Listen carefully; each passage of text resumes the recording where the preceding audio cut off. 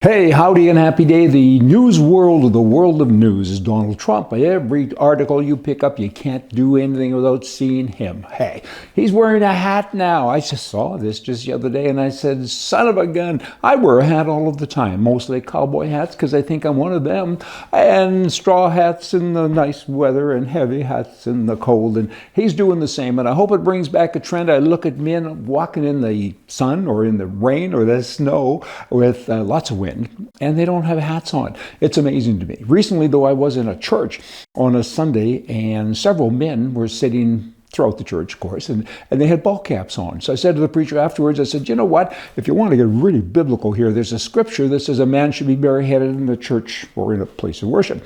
He was surprised, and that surprised me that he was surprised. Anyway, tip your hat to a woman and everything else, and hats used to be to protect you from the elements, and then it became a fashion statement, and then it went out of style, and now men are walking around with no hat. And I take my hat off to Donald Trump because he's the news guy. I mean, he really is. His spokesperson recently said that Coca-Cola is coming up with a presidential commemorative inaugural Diet Coke bottle. That's kind of neat. Why? That's because he drinks 12 bottles of Diet Coke a day.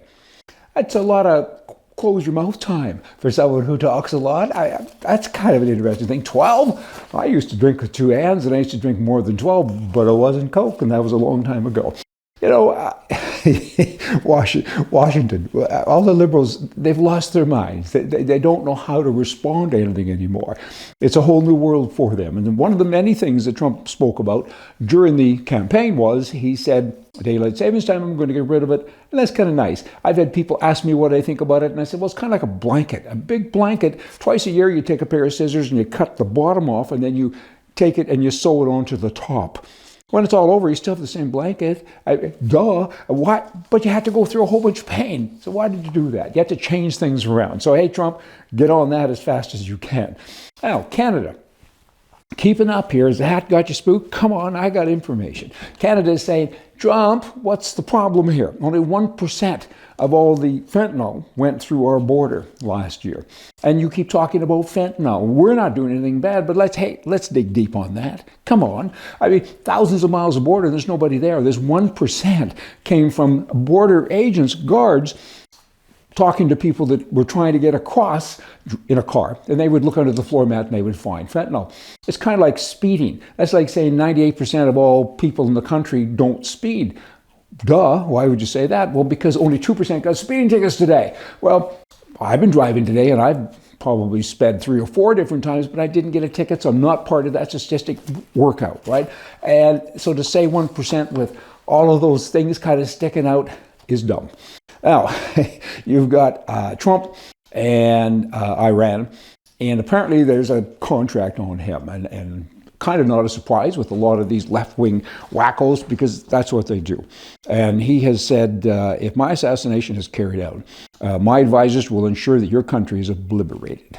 It will be nothing but an oil slick. I'm ad-libbing here now a little bit, but that's what he said. So he's even planning for that. Hey, what he's saying is, don't you think about it, and be interesting to see if he does or not. I'm trying to have an on day here, hat and all, and not talk about liberals too much. I said they lost their mind, but I haven't called them stupid or anything yet, have I? Maybe, but I'm trying to be polite. So ending today with politeness, I just want to share with you hamburger stuff, okay, which comes from cattle stockyards. Stockyards used to be in the outskirts of most major cities, Chicago, so many. And Edmonton, in Canada, had a huge one, as did Calgary and other places. And then the cities grew up, and a lot of them sold off the real estate and moved to other places.